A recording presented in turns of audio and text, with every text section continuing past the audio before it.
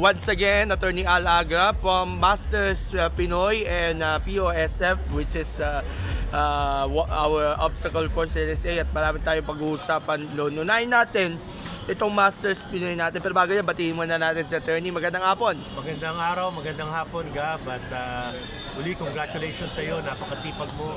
At salamat sa pag-cover ng mga events tulad ng paddle, sa obstacle sports, tsaka sa ating mga masters and seniors.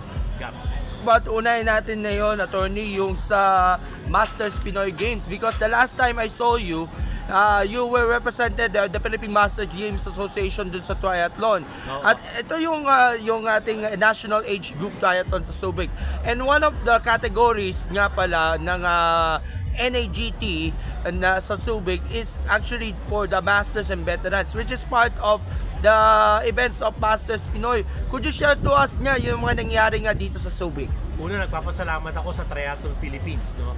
Dahil nakipag-partner sa Philippine Masters Games Association at naging ang amin naman kasing business model ay to collaborate. Kaya although ang naiambag lang namin ay yung mga 30, 35 and above, nakakuha sila ng 2 medalya. Kaya nagulat sila na, uy, bakit 2 medalya ko? So yung isa galing sa Triathlon Philippines at isa naman galing sa Masters Pinoy. Correct. And of course, afterwards, meron kayong mga iba pa mga NSAs na naka-tie up ninyo, including yung sa squash. Merong upcoming tournament ang squash through the Philippine Squash Academy. Wala na pala si Chairman, Sir Bob Bachman as President. Iba na yung mga leaders nila. But of course, there will be an upcoming Masters Pinoy tournament in relation to the Philippine Masters Squash Tournament this coming April. Ano bang asa natin? Ganun din, magbibigay din kami ng Double medal. Kaya kasi sa ngayon yan palang ang kaya namin. Wala pa kaming enough funds para for prize money or other incentives or other freebies. Sa ngayon, ang kaya pa lang ng Philippine Masters ay extra medal. At marami naman natutuwa na kahit papaano 2 medalya ang nabibigay sa kanila. And we have also tryouts for the World Masters Games, which is coming this May in Taiwan. Although, nakapag-usap na kayo with the NSA, meron silang sarili silang selection. Like for example, the Taekwondo Association, meron na lineup for the World Masters Games. So, you're still getting in touch with the NSAs with regards sa inquiries natin kung sino yung mga ipapadala natin. Ay, nakalimutan natin swimming. Meron, magkakaroon yata ng mga tryouts na yun ng swimming. So, ano ang latest update dito sa ating World Masters Games natin sa Taipei? And in regards na dito sa selection process natin sa mga ipapadala natin mga Masters athletes na? Una, every year nangyayari itong World Masters Games at ito ngang from May 17 to 30 gaganapin sa Taipei, sa Taiwan, itong World Masters Games for this year. Actually, isa lang ang requirement naman age. Kaya wala tayong dinadaos na qualifying event para dito. For as long as you're interested, for as long as you are of age, ang deadline para sa registration ay sa February 17, no? So malapit-lapit na, kaya ini-encourage natin lahat na sana sumali. Marami nagtatanong nga sa amin kung kailangan bang dumaan sa Philippine Masters Games. Sabi ko, hindi. This is your own initiative. Kayo ang magpaparehistro. Right now, wala kaming funding na mabibigay. Kaya self-funded ito. Pero we encourage everyone. Kaya hopefully, mas marami pang sumaling sports dahil nakakaubusan na ng slots.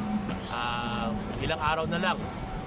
Malapit na matapos malapit na matapos ang registration, and we're hoping with the promotion na bibigay natin, asa natin mas maraming mga sports, mas maraming mga masters athletes ang magsasali dito sa competition, lalo na it will be 3 months ahead before yung mismong competition na yun. So aasahan natin na pagpapasiklab yung ating mga World Masters Games, and nakasuporta lagi ang ating Philippine Masters Games Association sa mga ating mga athletes natin, yung mga matatanda, yung mga sabihin natin mas bata pa sa amin na may kakayahan pa rin na matutunga sa sports, ika nga. Yan ang kasi ang objective ninyo. Yan naman ang layunin ng Philippine Masters Game ay active lifestyle para sa ating mga masters and seniors.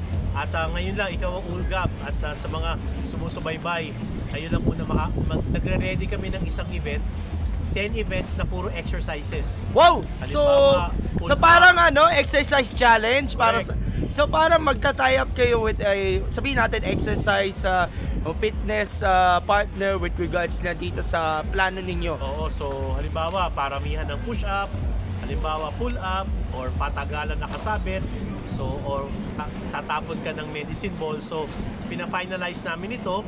Hopefully, gawin namin either March or April. Ito mismong event na to ay organized ng Philippine Masters Games Association. Pina-finalize pa namin yung pangalan. Hopefully, ang ka-tie-up namin dito, UP College of Human Kinetics, kaya may meeting ako sa kanila. Through bukas. Dean Francis Diaz. Correct. So hopefully, ma-finalize natin at gagawa tayo ng formal announcement very soon.